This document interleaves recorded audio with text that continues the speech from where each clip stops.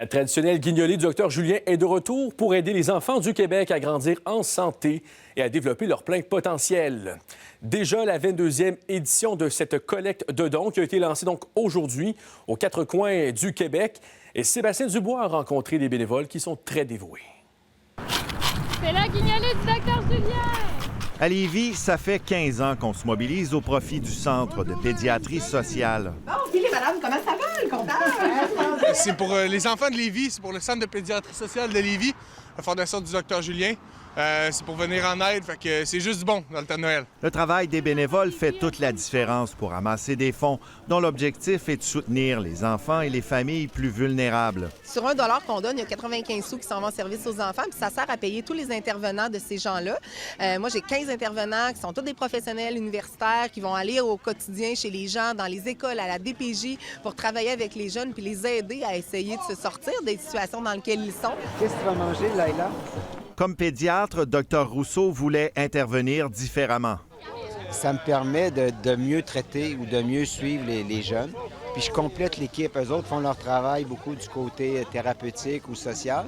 Moi, je fais la partie médicale, mais tout ensemble, ça fait des soins globaux. Puis souvent, ce que les gens nous disent, c'est que ça fait des soins plus humains.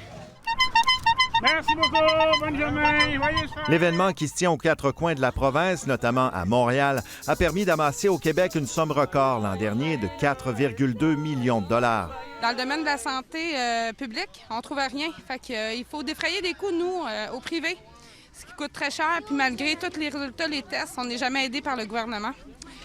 Mais avec Dr Julien, il nous aide à avoir des ressources. C'est investir en services et en soins gratuits pour les enfants.